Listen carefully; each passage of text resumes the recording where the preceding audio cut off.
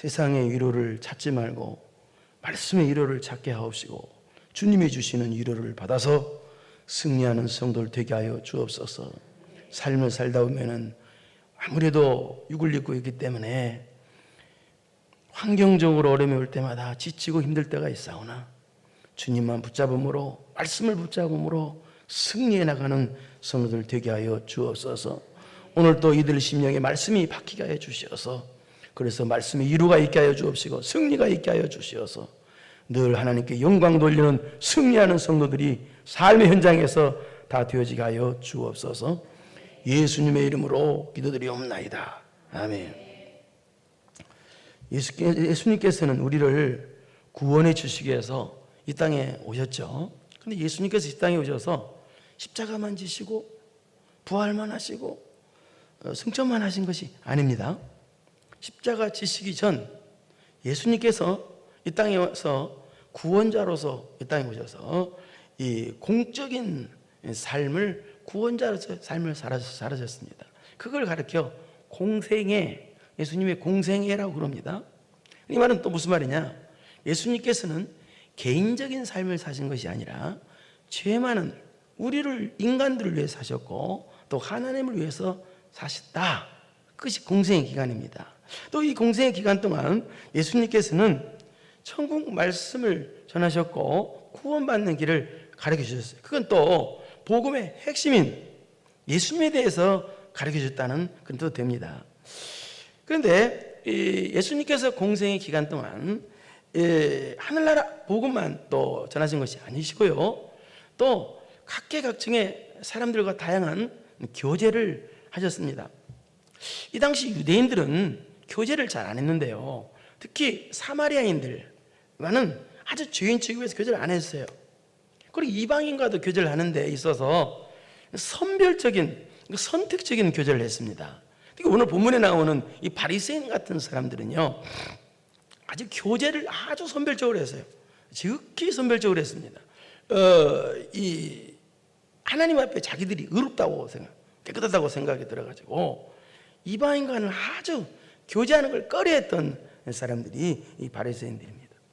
그런데 예수님께서는요, 죄인과도 교제를 하시고 또 죄인 취급받던 사람, 또 이방인이나 누구나 다 예수님께서는 격의 없이 뭐 조건 없이 다 교제를 하셨어요. 특히 그 유대인들이 죄인 취급하고 경멸시하는 사마리아인들, 방금 설명했죠? 그 사마리아인 여인에게 찾아가셔서 복음을 전하시고, 특히 또 사마리아인인 한센병 환자에게도 가서 고쳐주시고, 또 그렇게뿐만 아니시고 또 예수님께서는 다양한 무리의 사람들과 함께 또 식사 교제를 자주 하셔요. 식사 교제. 그 세리 마태와 집에 가셔도 식사 교제를 하셨고, 또 나사로의 집에 가셔도 식사 교제를 하셨고, 가나 혼인잔치 집에 가셔도 식사 교제를 하셨고, 또 오늘 본문에도 식사 교제를 하시는 내용인데요, 한번 보실까요? 36절을 보겠습니다. 36절 시작. 한 바리새인이 예수께 자기와 함께 잡수시기를 정하니 이에 바리새인 집에 들어가 앉으실 때에, 심지어 시몬이라고 하는 이 바리새인 중에 한 사람인데 이 사람이 초청해도 바리새인 집에 가셔서 식사 교제를 하셨어요. 이거 왜 이게 큰 사건이냐? 이 당시 바리새인들은요, 예수님을 아주 적대셨어요. 심지어 예수님을 죽이려고까지 했어요. 그런데 어찌 보면 인간적으로 보면은 그렇게 악한 사람인데도 불구하고 예수님 그런 사람인데도까지 가셔서 식사 교제를 응하시고 하셨어요. 그래서 이 당시 예수님에 대해서 어떤 평판이 있었느냐, 그렇게 하시니까 마태복음 11장 19절 한번 보겠습니다. 식사교를 자주 하시니까 시작. 인자는 와서 먹고 마시매 말하기를 보라, 먹기를 탐하고 포도주를 즐기는 사람이요 세리와 죄인의 친구로 하니 지혜는 그 행한 일로 인하여 옳다함을 얻으니라. 사람들이 그렇게 악평을 한 거예요. 예수님이 식사하시니까 예수님 와서 대식가라. 또 포도주를 드시니까 예수님은 술꾼이다. 뭐 이런 식으로, 뭐 술 먹으라 뜻은 전혀 아닌 음료수입니다. 음료수. 이 당시 이게. 그냥 음료수꾼이다. 뭐 이런 그런 식이에요. 그리고 또 세리와 죄인의 친구로다. 근본적으로 죄인과 같은 사람이다. 예수님을 막말로 비판했다는 거예요. 그렇다면 여러분, 예수님께서 정말 배가 고프셔서 식사 교제를 하셨을까요? 아니에요. 여러분, 예수님은요 보리떡 5덩이와 물고기 2마리로 장정만 5,000명을 먹으신 분이에요.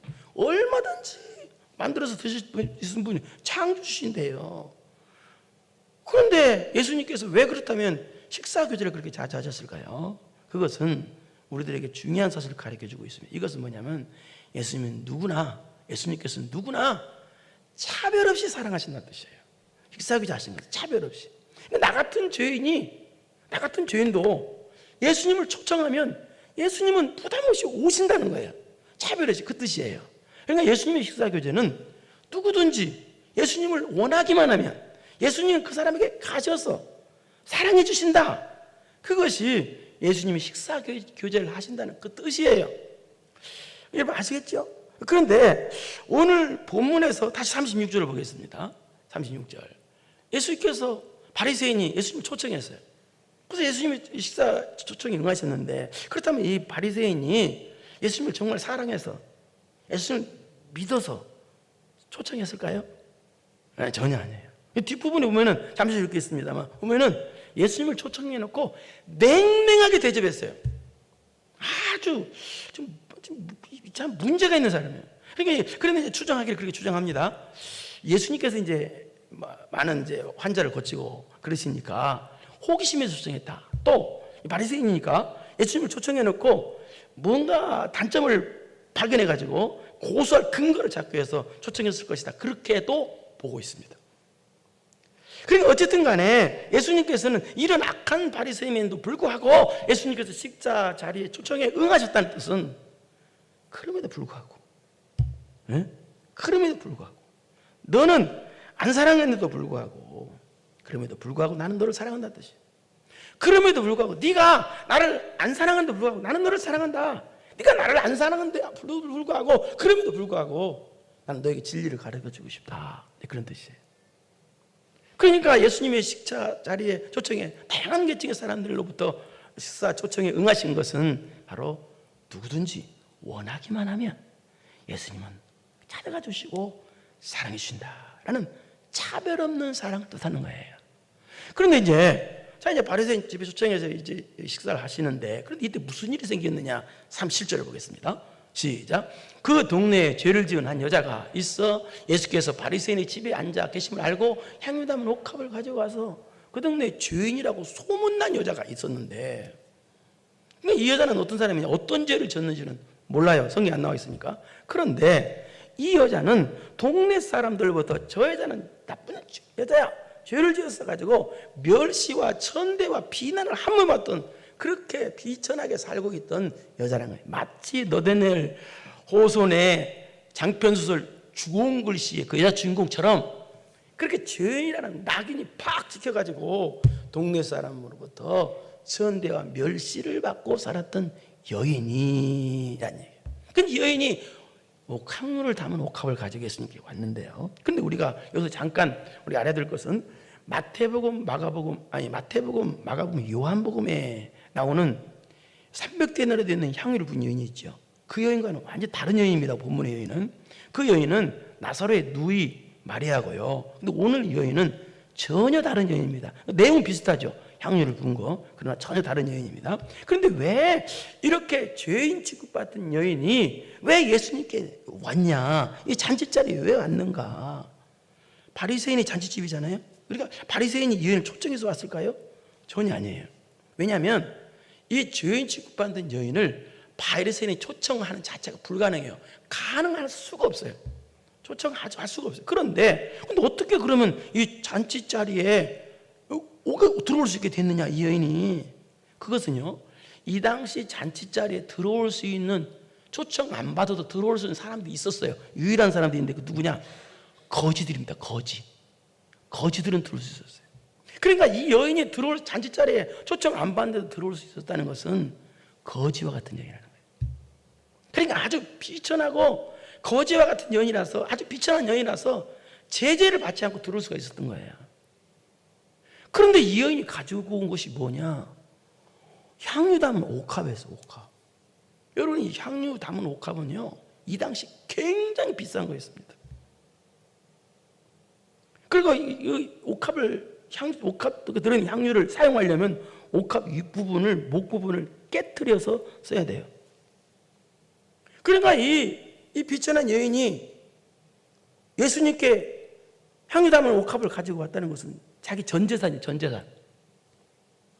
자기 전 재산이나 마찬가지인 것을 가지고 예수님께 가지고 드리러 나온 거예요.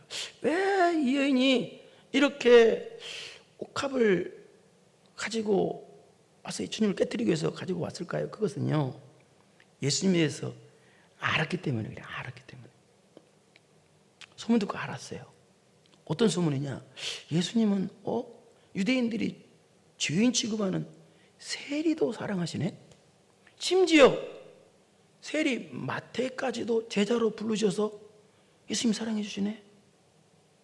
그렇다면 예수님은 나 같은 죄인도 사랑할 게 아닌가? 나 같은 죄인도 받아주실 것이 아닌가 하는 그런 예수님에 대한 희망, 예수님에 대한 소망을 가졌기 때문에 그렇게 자기 전 재산이나 마찬가지인 옥합을 가지고 예수님께 깨트려서 드리려고 나왔던 거예요. 여러분, 소망이 뭡니까? 소망. 바라고 원하는 것이 소망이죠. 희망은 뭐예요? 희망.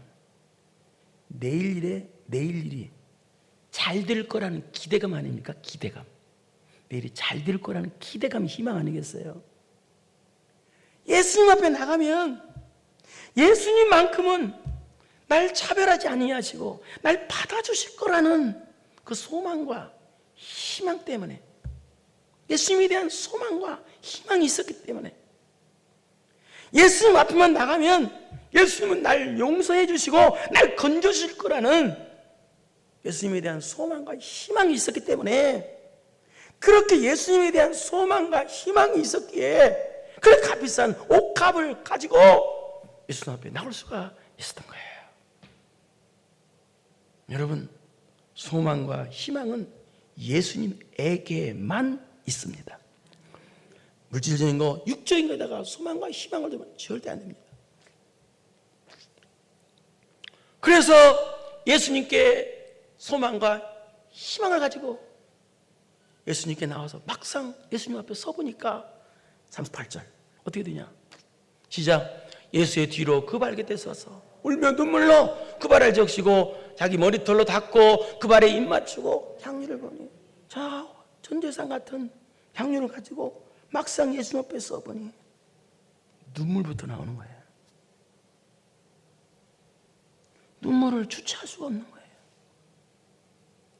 예수님의 발 앞에 서보니 하염없이 눈물만 나와요. 눈물이 그치질 않아요. 비같이 소낙비처럼 눈물이 쏟아져요. 그래서 이 여인의 눈물이 그치지 않는 눈물이 예수님의 발에 두두두두두 떨어집니다. 여러분, 예수님 만나면요, 예수님을 만나면 공통적으로 일어나는 현상이 있습니다. 누구나 다. 그건 소낙비 같은 눈물이에요. 하염없는 눈물이에요.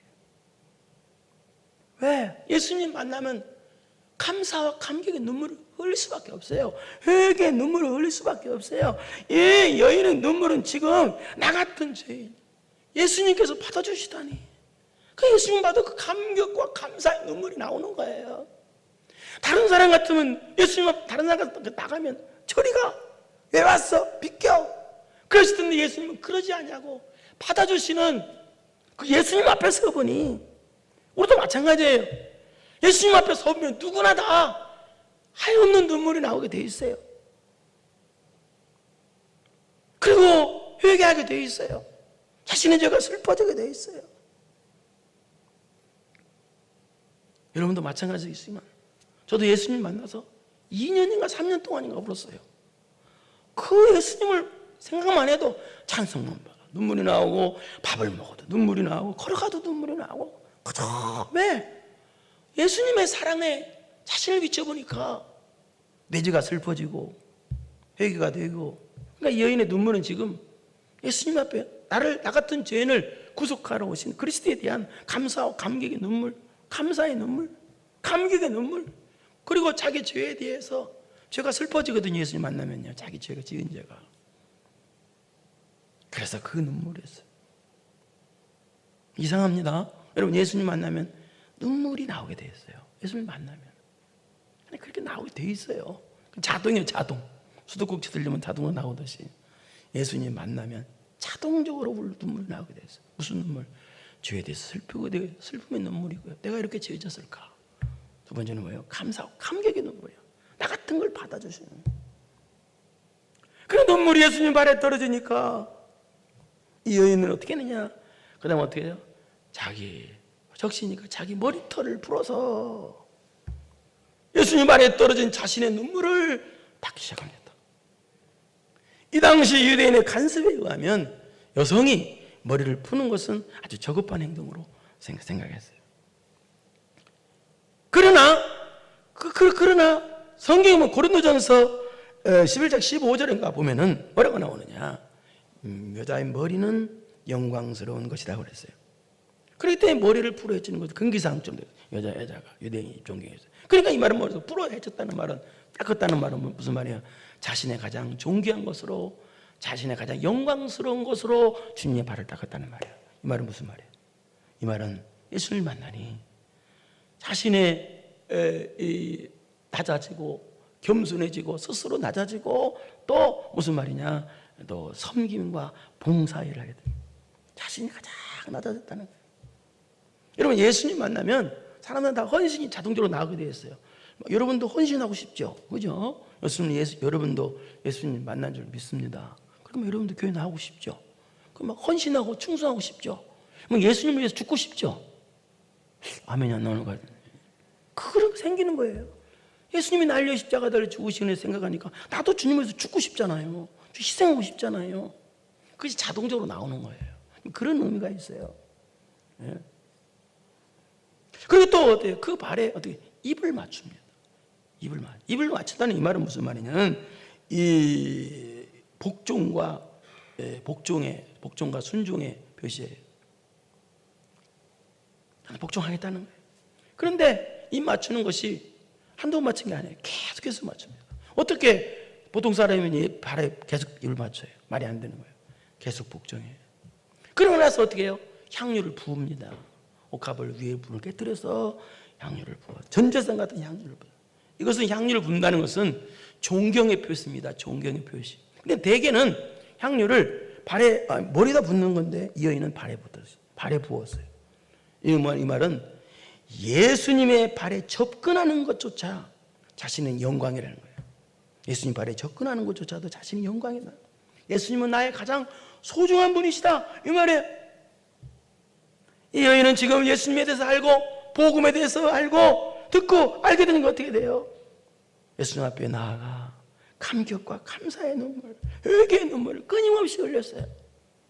그리고 머리털을 풀어서 머리를 풀어서 닦았어요. 겸손과 헌신의 의미예요. 그리고 발을 닦았어요. 이 말은요, 복종과 순종의 의미예요. 그리고 향유를 부었어요. 이것은요, 예수님만이 나의 가장 소중한 존재입니다. 예수님만이 나의 가장 중요한 분이십니다. 예수님만이 나의 가장 소중한 분이십니다. 그런 의미가 담겨 있어요. 말로만 하지 아니하고 행동으로 했어요. 자, 그러자 이 모습을 보자. 그 바리새인이 뭐라고 생각하느냐? 이 모습을 보자. 39절 시작. 예수를 정한 바리새인이 그것을 보고 마음에 이르되 이 사람이 만일 선지자라면 자기를 만지는 여자가 누구며 어떠한 자 곧 죄인인 줄을 알았으리라 하거늘. 이상한 사람이죠. 뭐라고 말하냐? 이 예수님이 왜 오셨는지 몰라. 우리 5장 32절을 한번 보실까요? 예수님이 왜 오셨나? 시작. 내가 의인을 부르러 온 것이 아니요 죄인을 불러 회개시키러 왔노라. 예수님은요, 죄인을 인정하는 사람들, 죄인을 불러서 의인 만들어 주셔서 이 땅에 오셨어요. 근데 왜 오셨는지, 예수님께서 왜 오셨는지를 몰라. 죄인을 부르러 오셨단 말이에요. 그 죄인임을 인정하는 사람, 그 의인 만들어 주시려고. 모르니까 39절, 다시 39절 보겠습니다. 뭐라고 말하냐? 예수님을 그렇게 생각했단 말이에요. 뭐라고 하냐면 예수님이 참 선지자인 줄 알았던데 가짜고만. 저 여자가 죄인이고 죄인이라는 걸 남들 다 아는데 예수님이 저분만 모르는 것 같구만. 예? 그런 의미예요. 이제 그러니까 예수님이란 저 양반 가짜구만. 저 죄인인 여자가 발을 만지는데도 내버려 두니까 그러면 더러워지는데 저 예수란 양반 가짜구만. 그렇게 생각했다는 거예요. 말도 안 되죠. 그러자 그 생각을 하신 예수님께서 40절에 말씀하시기를 시작. 예수께서 대답하여 이르시되 시몬아 내가 네게 이를 말이 있다 하시니 그 아래 선생님 말씀하시옵소서. 지금 이 시몬의 악한 교만하고 악한 마음을 좀 들추려고 지금 말씀하시는 게 아니라 그런 악한 시몬이라 할지라도 그 영혼을 사랑하셔서 그래서 다시 고쳐주셔서 하나님의 사람으로 쓰시기 위해서 그 사랑하셨기 때문에 긍휼히 때문에 그 말씀을 주신 거예요. 시몬에게 지금 죄를 들춰내려고 하는 것이 아니라. 그래서 뭐라고 말씀하셨느냐 41절 시작. 이르시되 빚주는 사람에게 빚진 자가 둘이 있어 하나는 500데나리온을 졌고 하나는 50데나리온을 졌는데 이 말은 무슨 말이냐. 빚진 자가 둘이 있어 하나는 500데나리온 하나는 50데나리온을 줬는데 여기 한 데나리온은 그 당시 일일 노동자의 품삯입니다. 500데나리온이면 500일이 되겠죠. 여기 빚이다, 빚진 자다는 말은 죄란 뜻입니다. 죄. 그러니까 이 말은 무슨 말이에요? 어떤 사람은 하나님 앞에 500이란 죄가 있고 어떤 사람은 50이란 죄를 지은 사람이 있다 이 말입니다. 그런데 그 다음 42절 그래 있는데 시작. 갚을 것이 없으므로 둘 다 탕감하여 주었으니 둘 중에 누가 그를 더 사랑하겠느냐. 갚을 것이 없다라는 말 뜻은 이거 뭐라고 그러세요? 이 데나리온 뭐라고 그러세요? 죄죠, 죄. 갚을 것이 없다 이 말은 이 죄 문제는 사람이 스스로 해결할 길이 없다는 뜻이에요.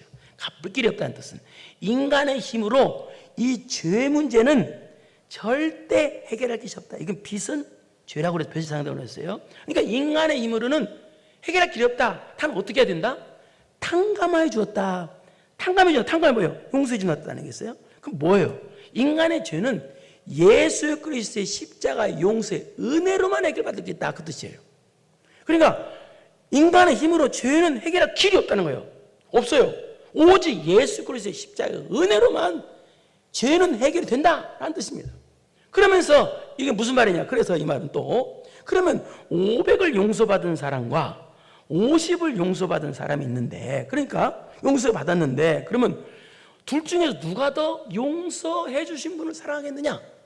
그 말인데 이 말은 또 더 쉽게 말해서 이 뜻입니다. 자, 나는 많은 죄를 짓고 있다라고 생각하는 사람과 아니 나는 적은 죄를 짓고 있어라고 생각하는 사람과 누가 더 용서받았을 때 누가 더 하나님을 더 사랑하겠느냐라고 그러신 거예요. 나는 많은 죄를 용서받았어. 아니 많은 죄를 지고 있어. 아니 나는 또 적은 죄를 지고 있어.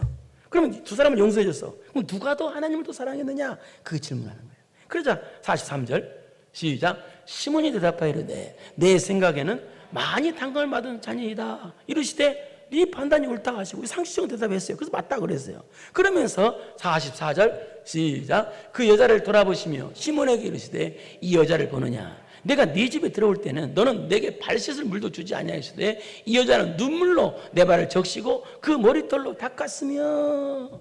이 말은 무슨 말이냐? 손님이 오면은 이것도 전체적인 내용 잠시 이야기라고요. 손님이 오면은 예의상 손님을 상석에 앉히고 발 씻을 물부터 갖다 주는 건데 너는 그런 예절도 나한테 안 지켰다라는 뜻이에요. 45절 시작. 너는 내게 입맞추지 아니하였으되 그는 내가 들어올 때로부터 내 발에 입맞추기를 그치지 아니하였으며. 환영의 입맞춤은 너는 하지 않았다 그 뜻이에요. 그 다음에 46절 시작. 너는 내 머리에 감람류도 붓지 아니하였으되 그는 향유를 내 발에 부었느니라. 오신 손님을 존경한다는 표시로 이 당시 감람류는 흔하디 흔하고 싸디 싼 겁니다. 흔한 싸디 싼 감람류조차도 내 머리에 안 부었는데 이 여인은 가장 비싼 향유를 내 머리에 부었다. 이 말은 무슨 말이냐? 너는 예수님을 초청해놓고 극히 기본적인 예의조차도 갖추지 않았다. 예수님을 초청해도 기본적인 예의조차도 갖추지 않았다. 이 말은 우리식으로 말하면 무슨 얘기예요? 우리식으로 예수님 앞에 나와서까지 교회에 나와서까지도 하나님 앞에 예의를 안 지킨다는 뜻이에요. 여러분 하나님 앞에 예의 안 지키는 게 뭡니까? 예의 안 지키는 게 뭐예요? 교회 나와서까지도 하나님께 예의 안 지키는 것이 예배를 성의 없이 드리는 것입니다. 그게 하나님 앞에 가장 예의를 안 지키는 겁니다. 절박한 심정으로 감사와 감격으로 예배를 안 드리고 예배를 성의 없이 드려요. 이것이 하나님 앞에 예의가 없는 것이죠. 그걸 시작하는 거예요. 그 전체적인 내용은 또 무슨 내용이냐 이런 뜻이면 너는 왜 네가 죄인 괴수라는 걸 너는 왜 모르냐 그러는 거예요. 너는 이 여인보다 죄인이라고 그랬는데 너는 이 여인보다도 네가 더 큰 죄인이라는 것을 너는 왜 모르느냐. 네 자신을 자체를 네 죄인이라는 것을 네가 모르기 때문에 예수님을 초청해 놓고도 오늘날로 말해서는 예수 교회 앞에 나와서까지도 예수님을 사랑하는 예배도 안 드리고 예수님께 감사하는 예배도 안 드린다. 네 자신은 모르니까. 너 왜 이 여인보다도 네가 더 큰 죄인이고 죄인 괴수라는 거 너는 왜 모르냐. 모르니까 반응을 그렇게 하는 것이다 라는 뜻이에요. 여러분 예수님에 대해서 알면요 특히 또 내가 어떤 죄인이라는 것을 알면요 예수님의 은혜를 발견하면 어떻게 되냐요. 예수님께 헌신하게 되고 겸손하게 되고 봉사하게 돼 있어요. 그 자동적으로 나게 돼 있어요. 그러니까 이 말은 또 무슨 말이냐. 우리가 시몬에게 말하는 너 죄인 교수라는 걸 왜 모르냐. 죄인 교수라는 걸 알면 어떻게 되겠어요. 예수님이 나 같은 죄인을 용서해 주셨다는 사랑으로 내가 용서받을 수 없는 죄인인데 예수님께서 용서받을 수 없는 나를 탕감해 주었다. 용서해 주었다는 우리는 예수님으로부터 사랑의 빚을 진 자다. 사랑의 빚. 용서받을 수 없는데 그래서 용서받을 수 없기 때문에 예수님이 내 죄를 대신 십자가에 죽으셨어요. 그렇기 때문에 우리는 예수님을 죽인 범인들이에요. 그렇기 때문에 예수님으로부터 사랑의 빚을 진 사람들이라는 것을 시몬아 너는 왜 모르냐 그 뜻이에요. 이게 복음성가에 이런 노래 있습니다.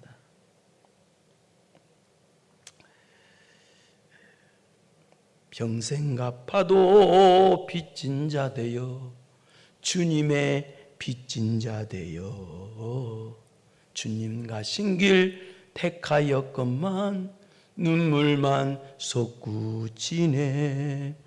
생명 주시니 주님이시라 능력 주시니 주님이시라 말씀 전하여 복음 전하여 주님의 빚을 갚으리. 그런 말이 있어요.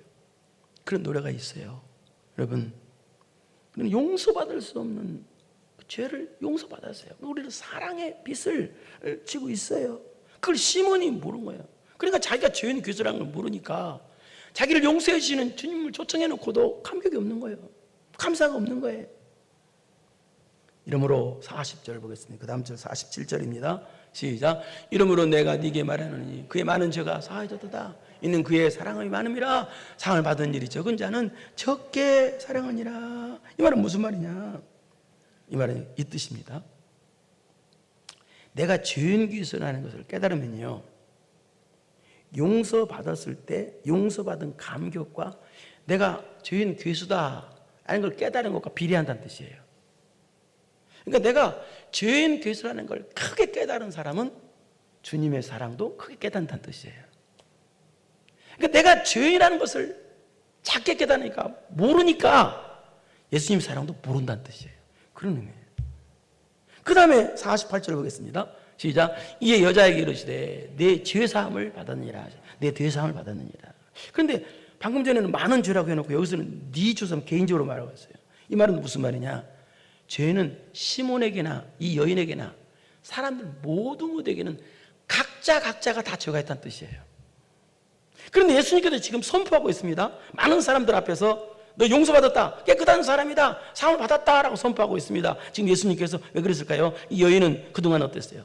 죄인이라는 것을 누구면 어떻게 생각하면 저처럼 죄인이라고 그런 모습으로 살아왔잖아요. 남들한테 그런 뭐 저희잖아 죄인이야 라고 그런 판단받고 그런 모습으로 살아왔잖아요. 그래서 이 여인에게 예수님께서 새 출발할 수 있는 기회를 준 거예요.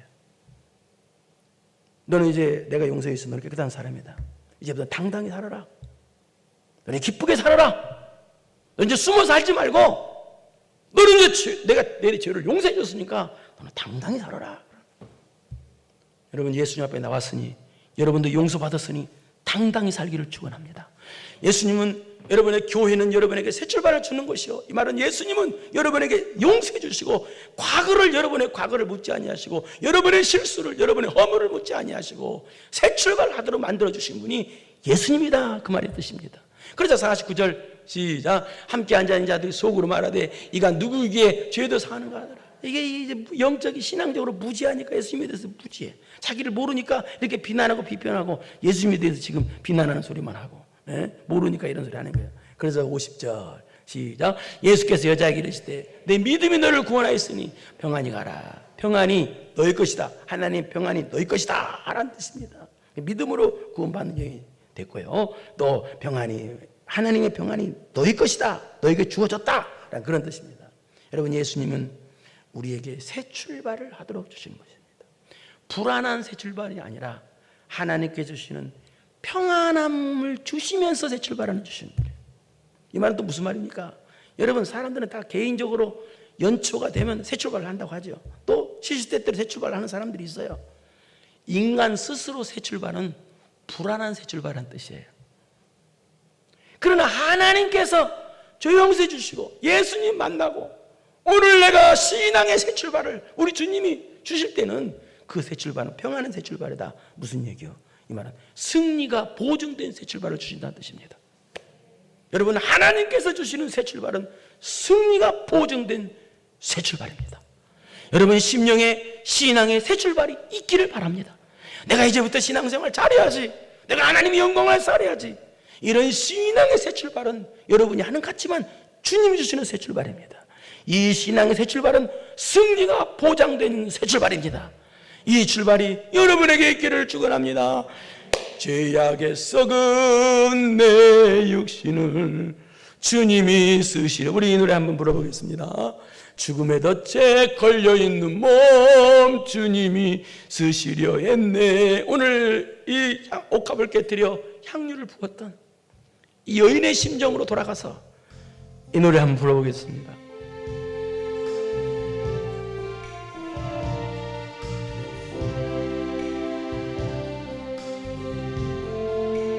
죄악에 썩은 내 육신을 예서 나는 죄인 교수라는 걸 알아야 돼요. 주님 쓰시려. 죽음의 덫에 걸려있는 몸 주님이 쓰시는데 속죄하는 손 치유하시고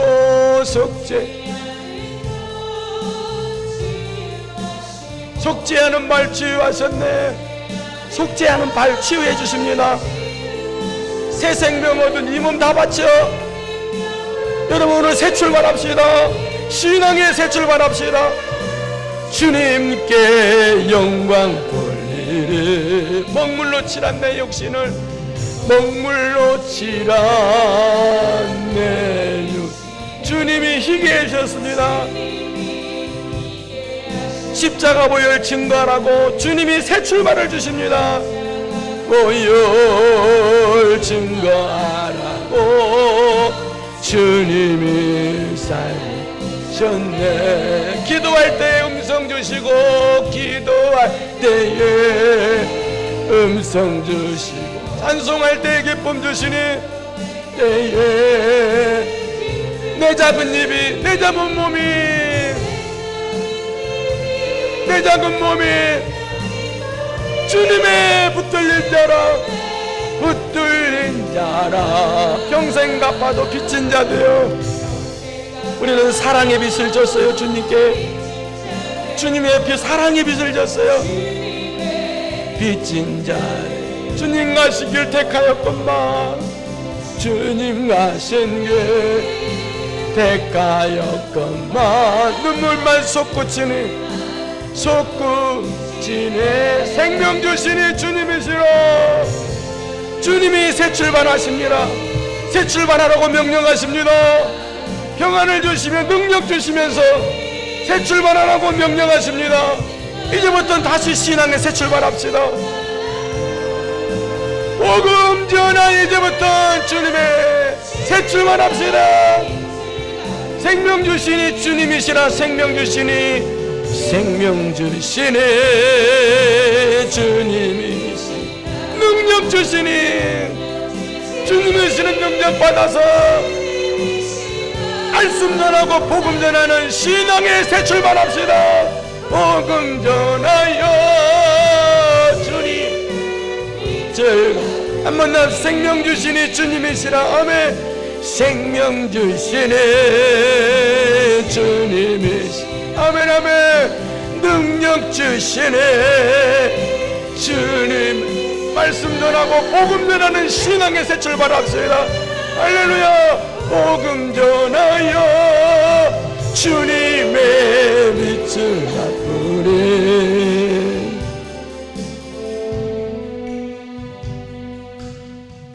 이제는 우리 구주 예수 그리스도의 은혜와 전능하신 하나님 아버지의 무한하신 사랑하심과 성령님의 교통교제 감동 감화하심이 평안과 함께 주시는 신앙의 새 출발을 받았으니 이제부터는 신앙의 새 출발하기로 마음 깊이 결단하고 돌아가는 사랑하고 사랑하는 성도들 머리머리 위에 이제로부터 영원토록 함께 있을지어다. 아멘.